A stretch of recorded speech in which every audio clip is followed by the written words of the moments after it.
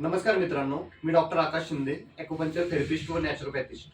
मित्रांनो, माझ्याकडे 10 दिवसापूर्वी आजी आल्या होत्या. त्यांना सायटिकेचा खूप त्रास होता. पेशंटला चालता येत नव्हतं, मांडीही घालता येत नव्हते आणि पेशंटला त्रास असल्या कारणाने त्यांनी एम-आर-आय वगैरे केला होता. एम-आर-आयमध्ये L4, L5 मध्ये नस दबलेली होती.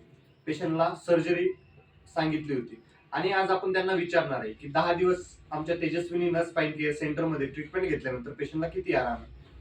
काय नाव आहे तुमचं? मंगला राधेश्याम शिंदे. मंगला राधेश्याम शिंदे. राहणार चिखली, जिल्हा बुलढाणा. जिल्हा बुलढाणा. बरं. त्रास कधीपासून होता तुम्हाला? त्रास लगेच 5-6 वर्षापासून. तसा तो 20 वर्षापासून होता, पण 5-6 वर्षापासून जास्त होता. 5-6 वर्षापासून जास्त. चालेल. तर सर, याला काय काय त्रास व्हायचा? तिला मणक्याचा त्रास म्हणजे चालता येत नव्हतं, मांडी मारून बसायचं म्हणजे बसता येत नव्हतं आणि नेहमी 4-6 महिन्यानंतर पाठदुखी हा त्रास नेहमीच व्हायचा. आणि जिल्ह्याच्या ठिकाणी आम्ही 4-6 महिन्यानंतर त्या दवाखान्यात म्हणजे जातच होतो. आणि दवाखान्यात जाताना काय नेहमी 15 दिवसाच्या गोळ्या, महिन्याच्या गोळ्या त्या सर्व आम्हाला घ्याव्या लागत होत्या.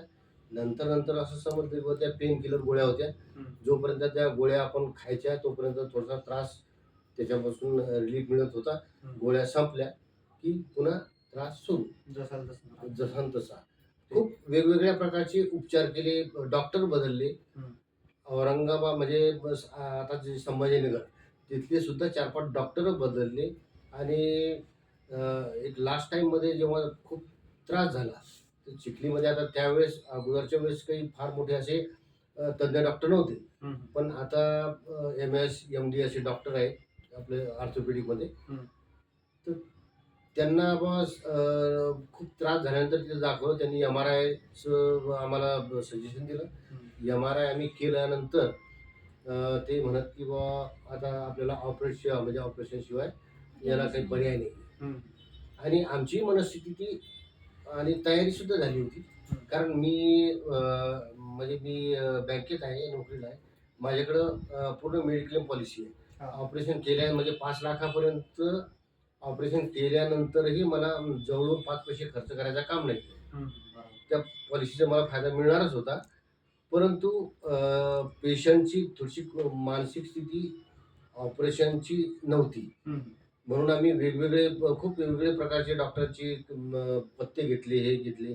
त्याच्यानंतर शेवटी तुमच्या दवाखान्यात आम्हाला पत्ता मिळाला आणि इतर लोकांकडून, इतर पेशंटकडूनही आम्हाला ती माहिती मिळाली की इथे चांगल्यापैकी ॲक्युपंक्चर, ॲक्युप्रेशर असे आणि निसर्गोपचार हे सर्व चांगले हे होतात, ट्रीटमेंट होते. त्यामुळे आम्ही एक महिन्यापूर्वी आलो होतो, तेव्हा गोळ्या औषध दिल्या. आणि आत्ता एक 10 दिवसाचा आपण एक कोर्स केला इथे. त्याच्यामध्ये ॲक्युपंक्चर, ॲक्युप्रेशर, वेगवेगळ्या प्रकारची थेरपी ह्या सर्व आम्हाला त्या मिळाल्या.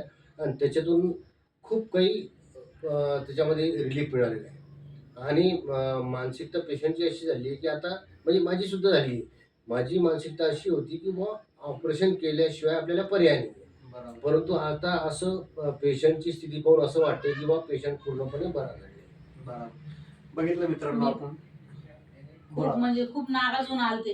आता काय होतं काय नाही, पण आता इथून असंच चाललंय. बरोबर. बघितलं आपण पेशंटची स्वतः त्यांनी मनोगत व्यक्त केलं. आणि बऱ्याच वेळेस काय होतं, पेशंट सर्जरी सांगितल्यानंतर पेशंट खचून जातात.